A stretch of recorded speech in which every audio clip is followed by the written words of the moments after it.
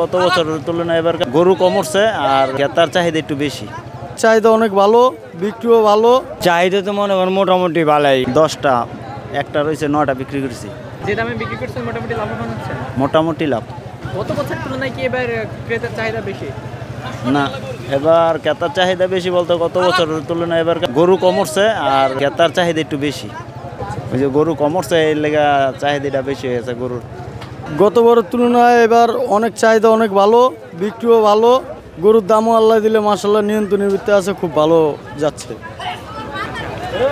ঈদ তো কালকেই ঈদ, এবং জি। এই মুহূর্তে কেনাবেচা কেমন দেখছেন? মোটামুটি বৃষ্টি হয়েছে তো জুম্মার পরে, এখনও গায়ে আসতেছে না, আস্তে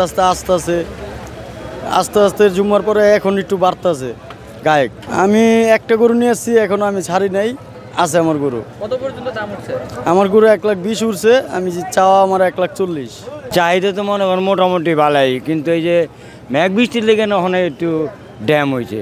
কাস্টমার তো দেখাই যায়, অনেক কাস্টমার তো গরু আছে কিন্তু খালি ঘুরতে আসে। অনেক কী করবো, আমগো তো মনে করেন পোষায় ব্যস্ত হইব, আমগো তো মানে কিনা গরু। তখন লাভ লোকসান করে তার গরু বেচন যায় না। আমরা কিস্তিতে টাকাটুকু উঠায় এক গরু বাছু কিনছি, এর লেগে লোকসান দিয়ে তার গরু বাছু বেতন যায় না। কারণ মানে এইভাবেই চলছে, আর কি করবো, মানে দেখি বেচা পারি কি না বেচা পারি, না বেচা পারলে বাইতে জানলাম আর কি করেন লাগবো, মানে বাজারে তুলনা যে আছে তাই তো জানলাম।